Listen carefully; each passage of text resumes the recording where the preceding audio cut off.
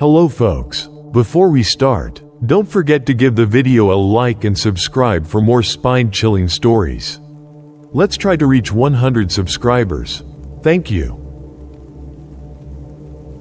Tonight, I have a story that will make you question everything you think you know about the internet.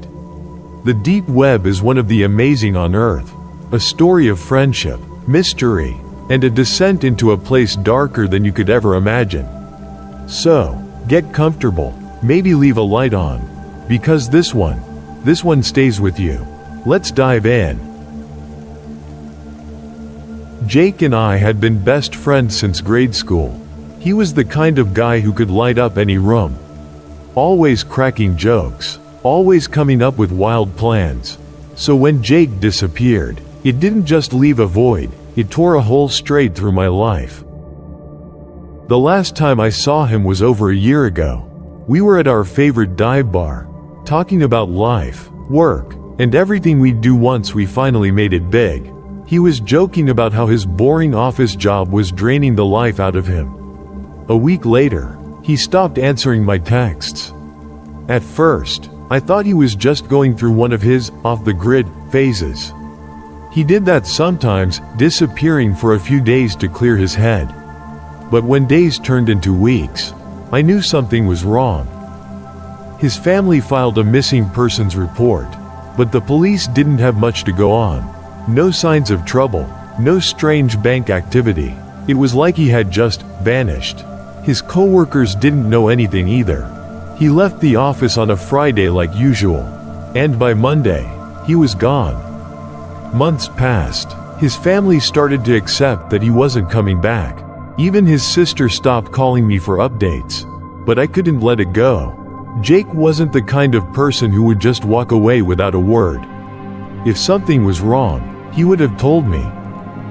Then one day, his sister reached out. She had been cleaning out Jake's old apartment and found a laptop he used to keep hidden. When she handed it to me, her fingers trembled. "Maybe there's something in here," she said softly. I didn't want to look. The laptop was ancient, covered in dust and scratches. The hinges creaked as I opened it. When I powered it on, a password screen appeared. I tried everything I could think of: his birthday, his pet's name, our inside jokes. Nothing worked. Frustration grew. I spent weeks searching for ways to break in. Late one night, using a basic hacking tutorial from YouTube, I finally cracked it. The desktop was nearly empty. Just a few default icons and a single folder buried deep in the file system labeled Haven. Inside were dozens of links, each one a string of random characters ending in onion. I didn't know much about the dark web, but I knew enough to recognize what I was looking at. My stomach twisted. One of these links could be the key to finding Jake. After hours of hesitation, I downloaded the necessary browser and clicked the first link. The page loaded slowly, revealing a dark, cluttered forum. Threads upon threads filled the screen: conspiracy theories, illegal services, things I couldn't even bring myself to read. But as I scrolled, one section caught my eye: missing persons. I clicked it, my breath caught in my throat. Rows of photos, people of all ages, backgrounds, each one accompanied by a chilling description. Healthy, perfect condition, good obedience. I kept scrolling, my hands trembled, and then Jake's photo stared back at me. His face was slightly blurred, the lighting dim, but there was no mistaking him. The scar above his left eyebrow, that same crooked smile. The caption beneath read, "Male, 25, strong build, intelligent, starting bid, 30 BTC. The air left my lungs. My best friend was being auctioned off. I didn't hesitate. I called the police, showed them everything: the forum, the links, Jake's listing, but they barely took me seriously. The dark web is full of hoaxes. One officer said, "It's probably just a sick prank." Even Jake's family didn't believe me. I was alone. Desperation pushed me forward. I spent hours researching how to navigate the dark web safely. I set up fake accounts, encrypted my internet connection, read every guide I could find, but I knew I needed help. That's when I found Voidwalker, a notorious user, a digital ghost. People whispered that they could find anything for a price. I messaged them. Days passed. I thought I had been ignored. Then, one night, a single reply appeared. "What are you offering?" I didn't have much, but I offered everything. Voidwalker wasn't cheap. I drained my savings, converted everything into cryptocurrency just to keep them interested. In return, they gave me access to a more restricted forum, a place called Haven. Unlike the chaotic marketplace I had stumbled upon before, Haven was sleek, almost professional. It wasn't just a forum, it was a full-blown network for trafficked individuals. Jake's listing had a countdown timer. The auction was set to go live in 4 days. I had to act fast. I managed to track down a lead coordinates to a warehouse on the outskirts of the city. I arrived at dusk, heart pounding. The building loomed like a forgotten relic, its walls stained with grime and neglect. Inside, rows of cages lined the walls, filled with terrified people. Their eyes were hollow, their expressions vacant, but Jake wasn't there.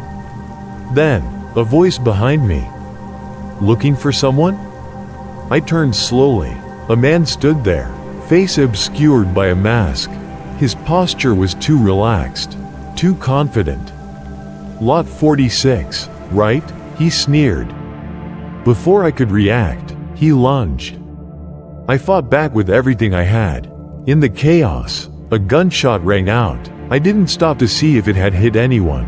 I ran out into the night, through winding alleyways, my breath ragged. Behind me, voices shouted. A van's headlights flared to life. I barely made it home. When I did, my phone buzzed. Unknown number. Last warning. Stop now. Attached was a photo of my apartment building. I packed my bags that night, left the city before sunrise. Jake was gone.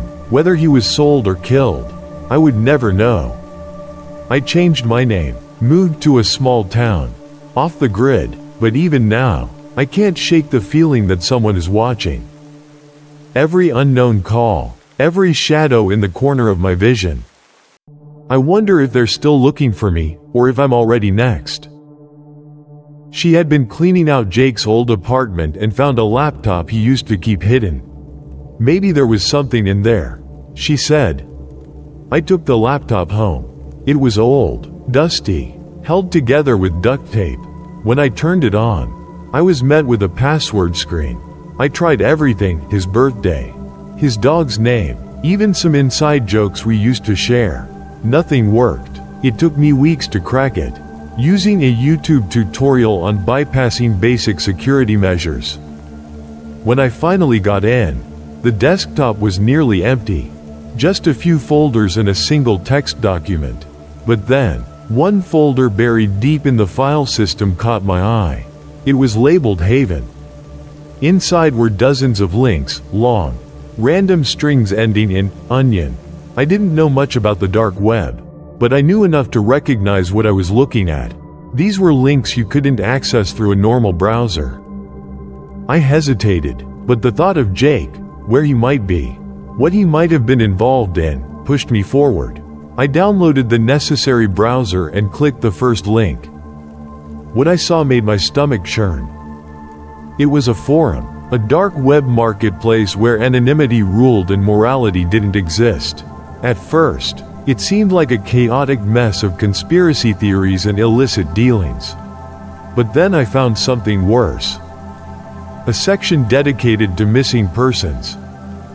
Photos of people, young, old, men, women, each with chilling descriptions: obedient, perfect for service, healthy, prime condition. And then, I saw it. Jake's photo. Blurry, poorly lit, but unmistakable. The scar above his left eyebrow. That slightly crooked smile. And underneath his picture, a caption. Male, 25, intelligent, strong build, starting bid, 30 BTC. My breath caught in my throat. My best friend had been reduced to an auction listing.